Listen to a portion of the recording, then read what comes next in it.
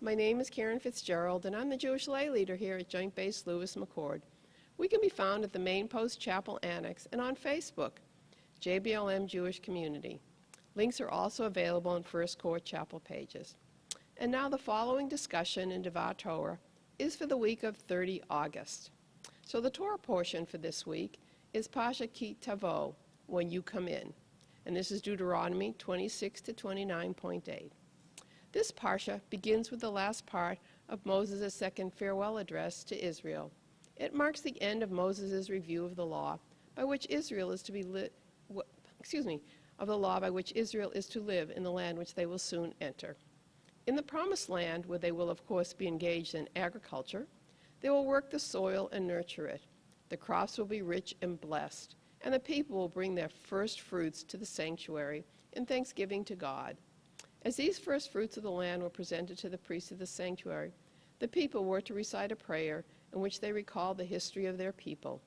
It was a brief survey of the history from the time of Abraham's wandering from country to country, of his descendants' slavery in Egypt, of God's redemption of his enslaved people, and of his bringing them to the Promised Land.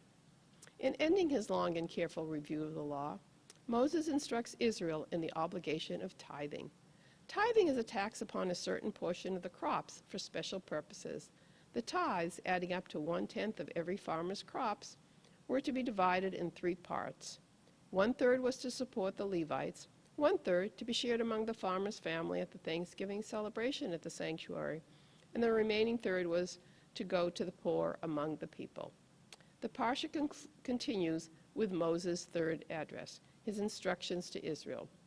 They will soon be crossing the Jordan, and the first assignment will be the erection of 12 stones on Mount Ebal. On these stones was to be written the code of laws by which they were to live, as a sign that this land was theirs in consequence of the covenant, and on condition of carrying out the law. The second assignment on entering the land was the building of an altar for public worship, on which to bring peace offerings to God.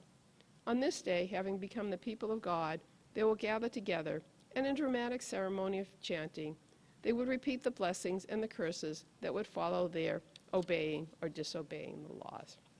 And now for the Haftorah. It's from Isaiah 60. The Haftorah is from the book of Isaiah, speaking to the Babylonian exiles. The prophet Isaiah offers them an exciting vision of things to come. Israel shall be restored to Zion, and its unhappiness shall be replaced with great joy. No longer will the people be persecuted by the powerful nations. Instead, the other nations will learn to appreciate the goodness of God's people.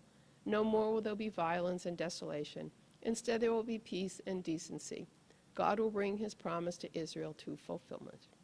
And now for Devar Torah, I'd actually like to do a story that comes from the Family Parshas in aish.com, which is a great resource, especially if you're looking for a wide variety of information on the weekly Torah portions. So here goes. Anything we do, even if it's hard, will go so much better and easier if we do it with happiness and joy rather than with a heavy heart. In this week's Torah portion, God tells the Jewish people how much they would have gained had they been more joyful while doing what God had asked of them. God wants us to be happy, and life is so much better once we learn to harness the power of joy. In this story, a kid discovers the power of joy, and it's titled Turning the Tables. This yucky job is going to take forever, Debbie sighed to herself as she gathered up the plates and silverware from one of the long tables of the camp's dining hall.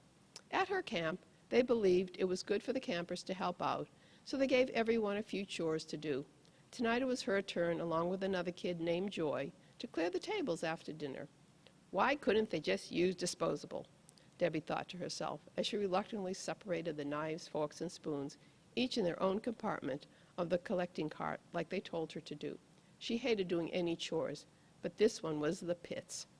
From across the room, she heard her partner, Joy, singing an upbeat tune. What is that kid so happy about? Probably because she's slacking off and expects me to do everything. Well, I'll take care of that, Debbie thought as she stomped across the room to investigate. She saw that not only was Joy singing, but she was practically dancing around the tables. Hey, like it or not, we've got a job to do, said Debbie firmly. Oh, hi, Debbie. You surprised me, Joy said with a smile as she turned around. I'm sorry. What did you say? I said that I hope you don't expect me to do the whole job. Why should I expect you to do that? Joy asked. You look like you're having way too much fun to be getting much work done. I know it's a really gross job, but I just want to be a fair split, that's all, Debbie said. Oh, of course, said Joy. Well, how many tables have you cleared so far? I'm halfway through my second one. How about you? Joy giggled. I think this table here will make my fifth. Debbie couldn't believe it. You've cleared almost 5 tables already? She looked around, and sure enough, there were 4 sparkling clean tables and a 5th one well on its way. All the plates, cups, and silverware were stacked neatly, much more neatly than Debbie's were. How in the world did you manage to do all that so fast, even though you were singing and having a good time? Joy smiled and shook her head. It's because I'm having a good time. Huh?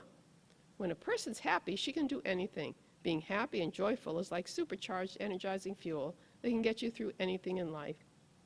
But how can you be happy about clearing tables? I'm not happy about clearing tables. I'm happy about life. And at this moment of my life, I happen to be clearing tables, so I might as well do it happily. No? Are you for real? Joy giggled. Why don't you try it and see how real it is? Just smile, then start to sing a song, at least in your mind, and before you know it, you'll be a new person. No thanks, said Debbie. I think I'll save my good times for good times and not for drudgery like this.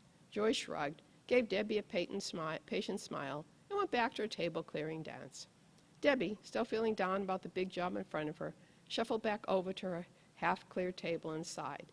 She just really was not into it. Suddenly, without thinking, she found herself beginning to hum a tune. Joy's weird ideas must be rubbing off on me, she thought. Strangely enough, though, she had to admit that the humming made her feel kind of good. As Debbie went on, her humming turned into singing, and she started to feel much more energized. She noticed herself working much faster, and without all the bad feelings that she was having before. Life was something she could be happy about, even now. Before she knew it, she was done clearing, and even more amazingly feeling great. Who would have thought it was possible? Debbie asked herself, glad she had shared the night's task, and learned a great secret of life from a kid who lived up to her name, Joy. Now, following these stories, there are discussions for different age groups.